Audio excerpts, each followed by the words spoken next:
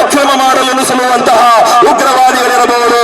ಆ ಉಗ್ರವಾದಿಗಳು ಒಂದು ವೇಳೆ ಭಾರತ ದೇಶಕ್ಕೆ ನುಸುಳುವುದಾದರೆ, ಒಂದು ವೇಳೆ ಭಾರತ ದೇಶದಲ್ಲಿ ಬಂದು ಅಕ್ರಮವನ್ನು ಮಾಡುವುದಾದರೆ, ಹಿಂಸೆಯನ್ನು ಮಾಡುವುದಾದರೆ, ಭಯೋತ್ಪಾದನೆಯನ್ನು ಮಾಡುವುದಾದರೆ, ಇನ್ಶಾ ಅಲ್ಲಾಹ್ ಮುಂದಿನ ದಿನಗಳಲ್ಲಿ ನಾವು ಯೋಚನೆ ಮಾಡಬೇಕಾಗಿದೆ. ಆ ಸಂದರ್ಭದಲ್ಲಿ ಮುಸಲ್ಮಾನರ ನಮ್ಮ ದೌತ್ಯ ಏನು, ಮುಸಲ್ಮಾನರ ಜವಾಬ್ದಾರಿ ಏನು, SSFನ ಜವಾಬ್ದಾರಿ ಏನು, SYSನ ಜವಾಬ್ದಾರಿ ಏನು.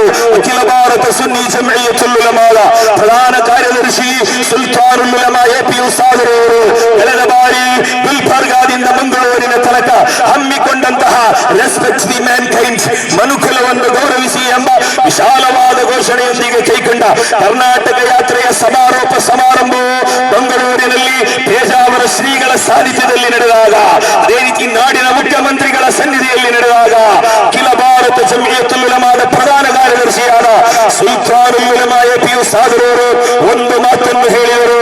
ಯಾವುದಾದರೂ ಉಗ್ರಗಾಮಿಗಳು ಭಾರತ ದೇಶಕ್ಕೆ ಭಯೋತ್ಪಾದಿಗಳು ನುಸುಳುವುದಾದರೆ ಅವರ ವಿರುದ್ಧ ಪ್ರಪ್ರಥಮವಾಗಿ ಮುಂಚೂಣಿಯಲ್ಲಿ ನಿಂತು ಹೋರಾಟ ಮಾಡುವವರು ಇಲ್ಲಿನ SSFನ ಕಾರ್ಯಕರ್ತರಾಗಿದ್ದಾರೆ, ಇಲ್ಲಿನ SYSನ ನಾಯಕರಾಗಿದ್ದಾರೆ ಎಂಬುದನ್ನು ಸುಲ್ತಾನುಲ್ ಉಲಮಾ APU ಸಾಗರವರು ಘೋಷಣೆ ಮಾಡಿಯಾಗಿದೆ.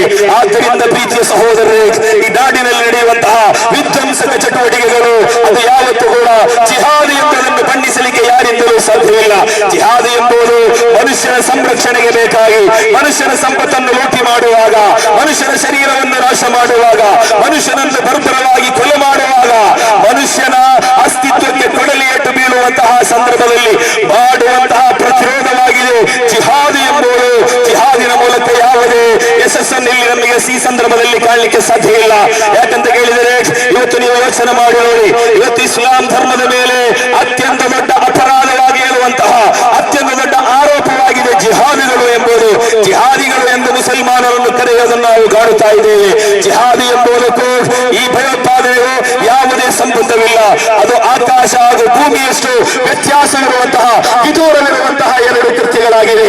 ಭಯೋತ್ಪಾದನೆ ಎಂಬುದು ಯಾರು ಕೂಡ ಯಾವ ಸಂದರ್ಭದಲ್ಲಿ ಅನ್ಯಾಯವನ್ನು ಮಾಡುವಂತಹ, ಅಕ್ರಮವನ್ನು ಮಾಡುವಂತಹ ಪ್ರಕ್ರಿಯೆಗಳಾಗಿದ್ದರೆ, ಭಯೋತ್ಪಾದನೆಯು ಅದರ ವಿರುದ್ಧ ಮಾಡುವಂತಹ ಕೃತ್ಯಗಳಾಗಿದೆ.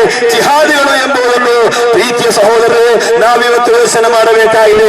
ಜಿಹಾದಿನ ಮೂಲಕ ಜಿಹಾದನ್ನು ಹೇಳುವಾಗ ನಮಗೆ ಗೊತ್ತಿದೆ, ಇವತ್ತು ನಮ್ಮ ಮೇಲೆ ಇರುವಂತಹ ದೊಡ್ಡ ಆರೋಪ ಲವ್ ಜಿಹಾದಿನ ಬಗ್ಗೆ ನೀವು ಕೇಳಿದ್ದೀರಿ.